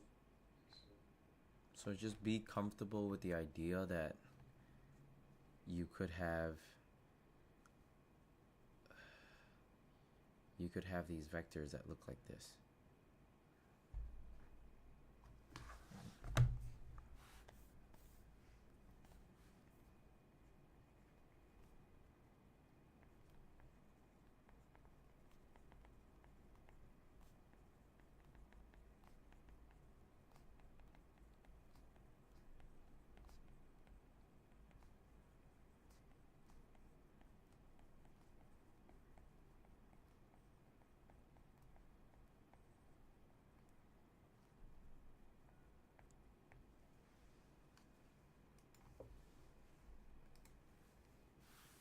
So what you see there, of course, is the vector v1 being scaled with a scalar of negative 5.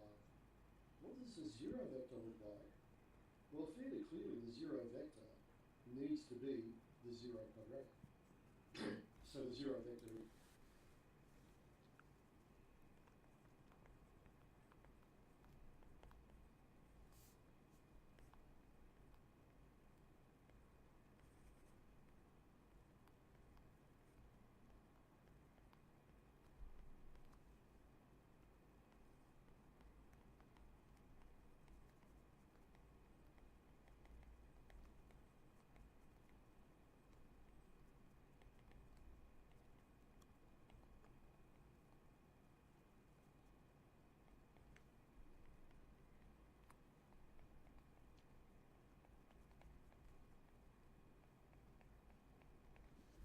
in fact simply 0 plus 0x plus 0x squared. Observe how different the zeros are. There's one 0 vector, there's another 0 vector. They look completely different. Every vector space has its own personal 0 vector.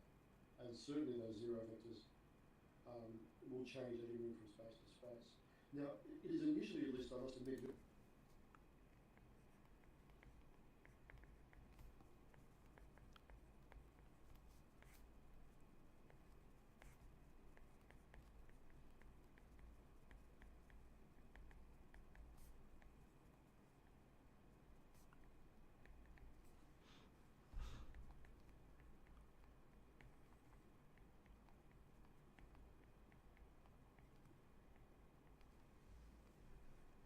very uncomfortable to talk about a polynomial as being a vector. But you have to get used to that. You have to get used to that.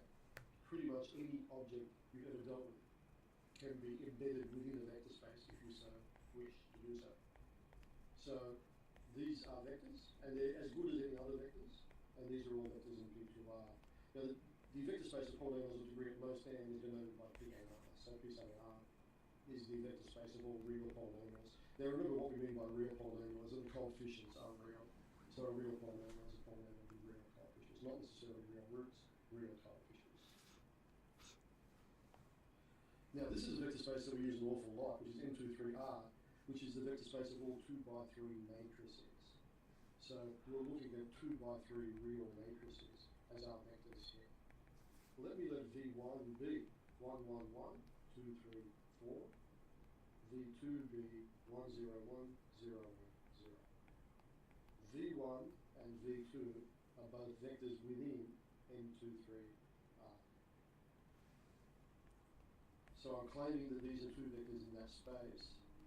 What happens when I add them?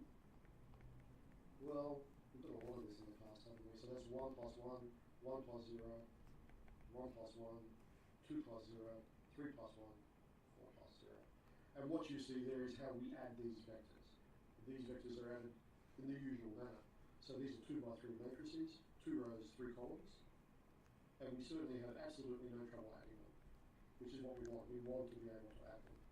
What about negative 5 V1? Well, that's not a problem either, is it? So that simply becomes negative 5, negative 5, negative 5, negative 10, negative 15, negative 20. And that also, of course, belongs to M23R. 2 rows, 3 columns, matrices. What does the zero vector look like here? Well, it's got a weird look, but that's what it is. That's what the zero vector looks like for this particular vector space. There's your zero vector. Now, hopefully you're getting a feeling now for how general this is. What do I need to be able to do in a vector space? I need to be able to add, I need to be able to scale, and I need some sort of zero vector. Nothing else needs to happen. I certainly don't have to be able to draw the things. I don't need to have a geometrical description of what's going on. All of these objects are happy in vector spaces. Now C2, the vector space of all complex ordered pairs. So how about V1 equals 1 plus I, 1 minus I, and V2 equal to 3 plus 4I, 7. So there's two vectors within C2, which is the real vector space of all complex ordered pairs. Is 7 a complex number? Well, certainly is. Every real number you'll remember is a complex number as well. So there's two lovely vectors in C2. Do I have the ability to add these things? Well, fairly clearly I do. This will be 4 plus 5i. 1 plus 3 is 4, 4 plus 5i, and 8 minus I. And of course that's not in C2. Sorry, 2's on the top there. So we tend not to deal too much in this course with vector spaces involving complex numbers. But certainly vector spaces can have complex components, and if you really want to, the scalars can be complex as well, although we do prefer the scalars to be the figure of real numbers. What does the zero vector look like? Oh, let me just first of all, negative 5 V1. Let me scale V1. Negative 5 minus 5i, negative 5 plus 5i. Easy. What's the zero vector look like? 0 plus 0i, 0 plus 0i. If you really want to, you know that is 0, can't you? And you can see that if you really want to go up in dimension here and talk about Cn, C3, C4, C5, no great problem. Okay, so what we see here is we see that almost anything that we've ever talked about at the mathematical level could be viewed as a vector. And indeed, our definition of a vector is now incredibly broad. A vector is quite simply an element of vector space. Now, unfortunately, a vector space has really quite a gruesome definition. So there are 10 axioms that need to be satisfied if a set is going to be a vector space. Now, interestingly, and this is good news, you don't really need to memorize these, and very rarely do you get involved with the axioms. There's only 3 of these axioms which are really important to us. All of the rest are just about the mechanics of getting things to work properly. So you'll find that most of these axioms, most of these rules defining a vector space, essentially just make sure that everything that you want to happen will happen. But let's have a look at these one by one and just see what... Like, 1 could imply all of this. 6 could imply 1, 2 here. And then you've got like these 2 scalar distribution and vector distribution laws. They're trying to tell us. So first of all, the definition. A vector space V over the field of real numbers, so a vector space V over R, is a non-empty set of objects. Now you can see how non-committal we are here. I'm not specifying what those objects are at all. They could be polys, they could be matrices, they could be elements of R2, R5, R7. I'm not pinning myself down. I'm simply saying, look, it is a set of things. And I'm not going to tell you what those things are. Together with addition and scalar multiplication. So in other words, these things have to be able to be added together. We need to be able to add these things together. We also need to be able to scale these things up. So these things have to have some sort of intelligent addition attached to them. And also you have to be able to double these things and triple these things and take -5 of these things. And these definitions are usually quite natural. Now, we demand that all sorts of things happen. And these essentially interrelate the scalar multiplication, the vector addition, and the objects themselves. So we don't let all these things just do whatever they want. They have to behave in a very, very strict way. The first one is saying, the first axiom is saying that if you take 2 vectors in your set and add them together, you stay within the set. And of course, that's closure under addition. That's one of the most important ones. Every vector space is closed under addition. You take 2 elements in your vector space, you add them together, you don't end up zipping off into the twilight zone, you stay within the confines of your set. So every vector space is closed under addition. The second one is typical of the technical axioms that we need. It doesn't matter which way you add things. So adding W to U and V is the same as adding U to V and W. And again, this is something you're used to, this is associativity, but it also has to work for vectors. It doesn't matter which order you add things in. U plus V has to be the same as V plus U. And that's the commutative law of addition. The big ones, closure under addition, the existence of a zero. Every vector space has a zero vector. Now we saw above that the zero vector will change from space to space. But indeed, every vector space must have a zero vector. Now you'll often see me draw a vector space like that because I don't know what it is. But somewhere in there, there will be a zero vector. And I know that there's a zero vector because the axioms guarantee that there must be a zero vector. Axiom 5 says that there has to be a negative. Every vector has its own negative. And when you add a vector to its negative, you get 0. So every vector has a negative. And the last big result is closure under scalar multiplication, which again we've had a look at in the previous lecture. If you take a vector and you scale up with any real number, you stay again within the confines of the space. In other words, if I choose a vector in V and I make it 3 times as long, it will stay in V. It will not move to another space. And they're the big 3 that we'll be talking about later on. They're the ones that we tend to have to check over and over again. Now the associative law, very technical, it says essentially that if you take a vector and you double it and then you triple it, it's the same as multiplying it by 6. So multiplying by U and multiplying by lambda is the same as multiplying by U lambda, which I think makes perfect sense, doesn't it? If you take a vector and multiply it by 1, it doesn't change. So if you take a vector and scale it to a scale factor of 1, it stays the same. And we have a few distributive laws as well. So lambda plus mu v has to be lambda v plus, what the typo there? That's right, correct. So So lambda plus mu v is lambda v plus mu v. That's the distributive law across the scalars. And also lambda u plus v is lambda u plus lambda v, which is the distributive law across the vectors.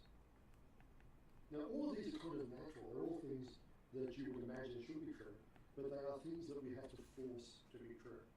So what is a vector space? So if someone says to you, well, what is a vector space? Well, a vector space is a batch of mathematical objects together with processes of addition and scalar multiplication such that the following 10 axioms are satisfied.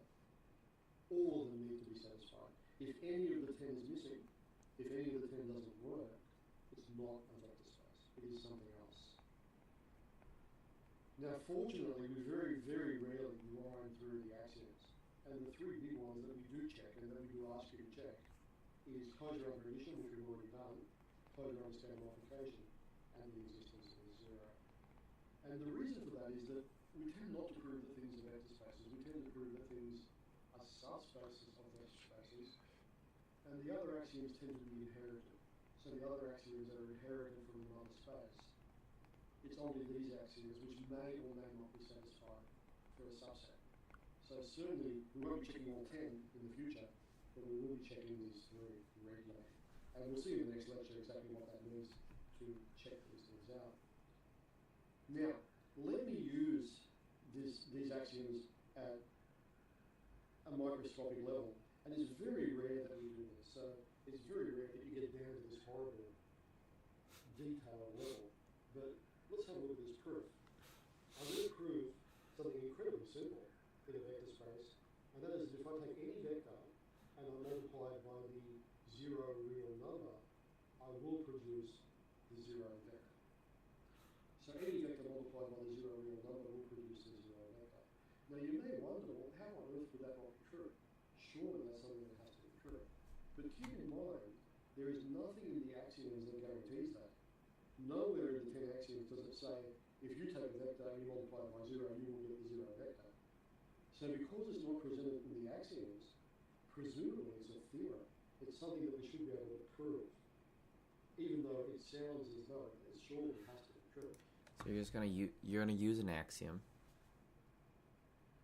and you're gonna distribute the scalars, right? So this is cleverly using the idea that the axiom 8 is that if you have v is equal to 1 times the vector v, and it's equal to the vector v, if it's in a vector space. And it is also true that using the idea of vector distributive law, that you could distribute the vector into 0v plus 1v, which is, once again, we will use axiom 8 to show that this part here, 1v is equal to v. Then if we equate the right and the left hand sides, we have that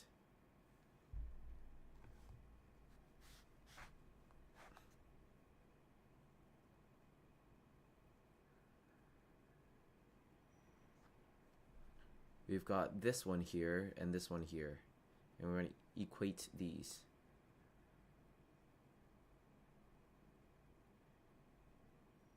And so would you just minus v onto one side and 0v 0? Now the proof is Yes. remarkably tricky.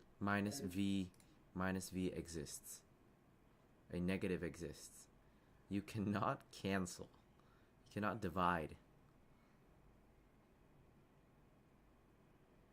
Dealing with these sorts of proofs at an axiomatic level is always very, very difficult. So let's just go through one of these. I think there are also a couple of the problem set. And you really have to be careful here. If you're going to provide an axiomatic proof, you have to justify every step with an axiom. Well, let's have a look. So first of all, observe that 0 plus 1v is equal to 1 times v. And the reason for that, of course, is that 0 plus 1 is equal to 1. That's not a property of vectors, that's a property of real numbers. However, 1 times v equaling v is axiom 8. So axiom 8 says that when you multiply a vector by 1, you get the vector back. So there's axiom 8 at play. I could also say that 0 plus 1v is 0v plus 1v. Yeah. And that's axiom 9. That's the distributive law, isn't it? Mm. So the distributive law says that you can split over the scalars. So 0 plus 1v is 0v plus 1v. And of course I know that 1v is v. Because of That's axiom 8. also the axiom above, isn't it? So 1v is v. Mm. 0v I can't do much about. Careful you don't say 0v is 0. Because you're trying to prove that. That's exactly what I'm trying to prove. Yep. I'm trying to prove that, so I certainly can't say it as if it were just something true. I'm actually trying to prove it. Okay, so this is now equal to this. So we started with the same thing, we have to end up with the same thing. Yeah. So we have 0v plus v has to be equal to v. Yep. Now, you'd imagine that you should just be able to cancel somehow, but there's nothing in the axioms that says we can really do that. But what we can do is we can add in a negative v on the right to both sides. Now, how do I know that such a... We can't minus them. You have to add a negative. Can't minus, you have to add a negative.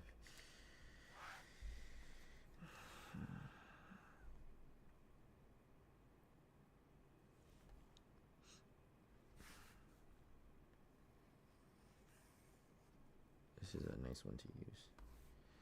Remember that can't minus vectors. It's about adding a negative vector.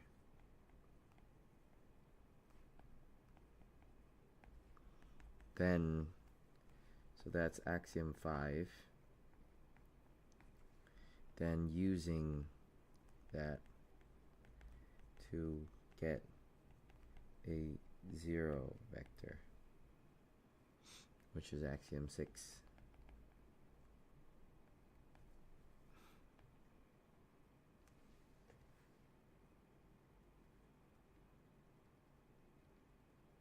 Negative v exists. Well, that's an axiom, isn't it? So negative v exists by axiom 5, so I can actually throw in negative v, because I know that axiomatically it must exist. Now,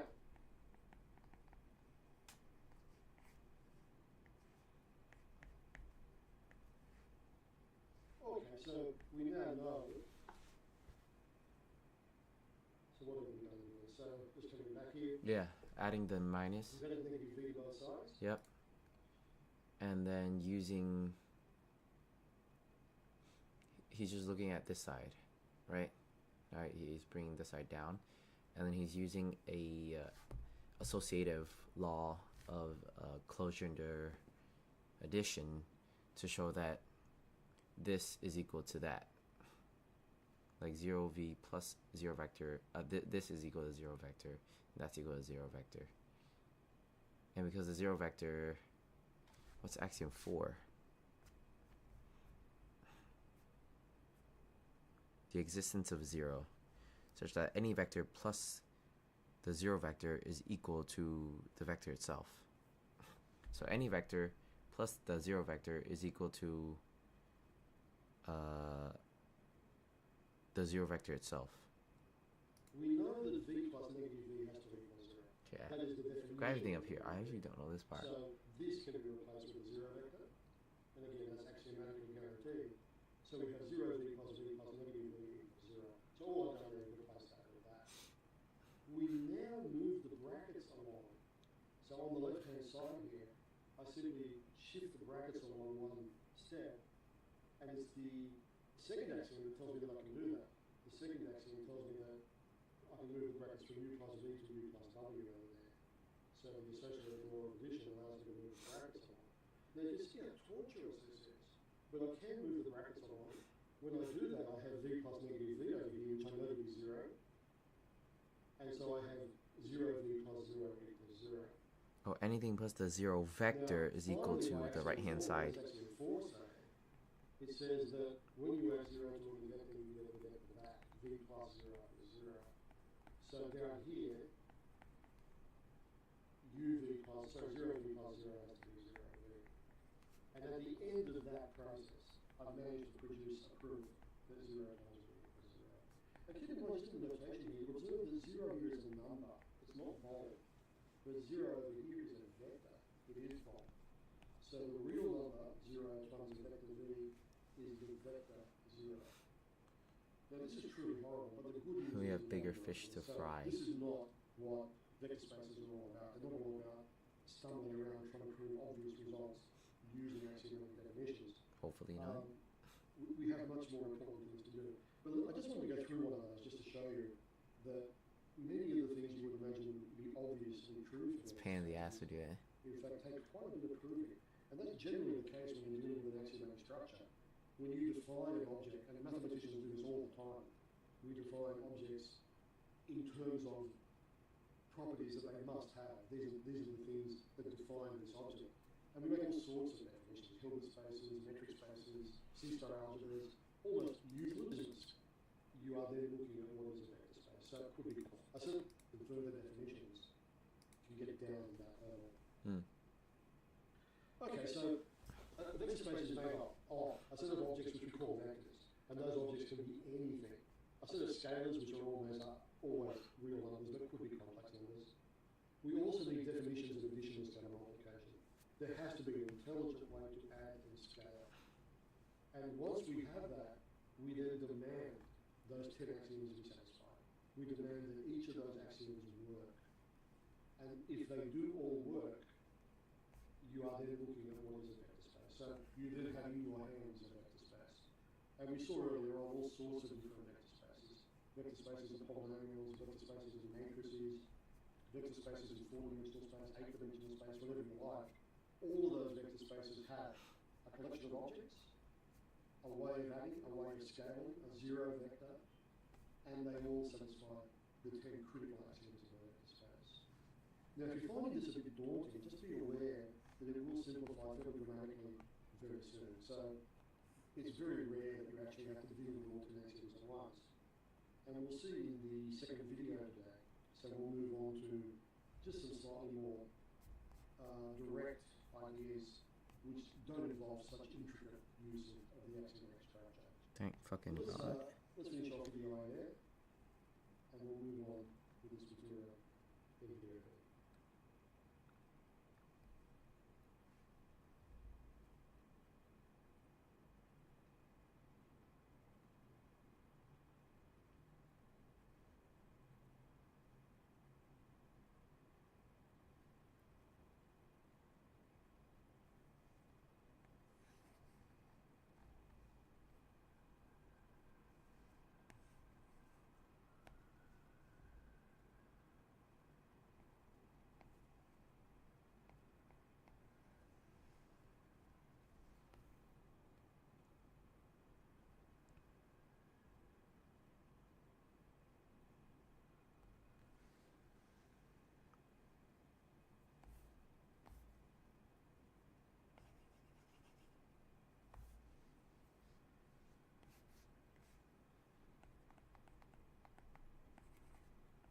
Just making quick notes.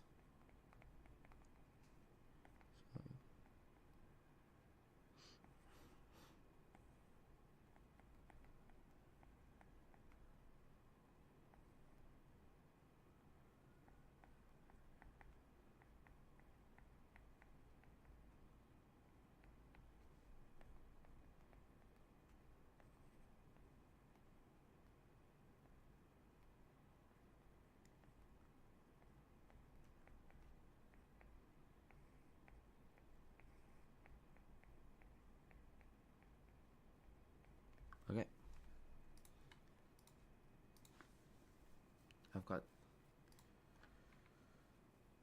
I think I'm gonna go to the gym, watch this on the way to the gym, like right now. Yeah.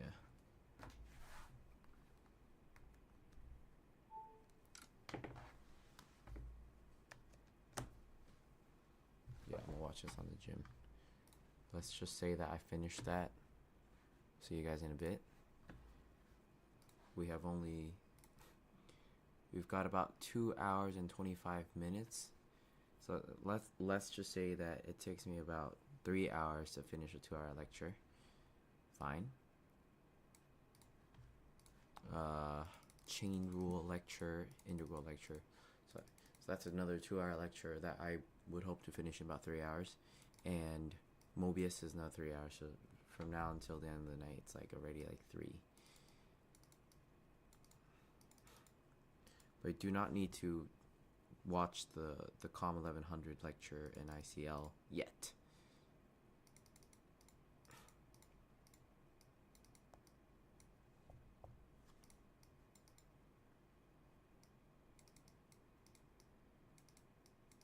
Or I kind of need it. Okay.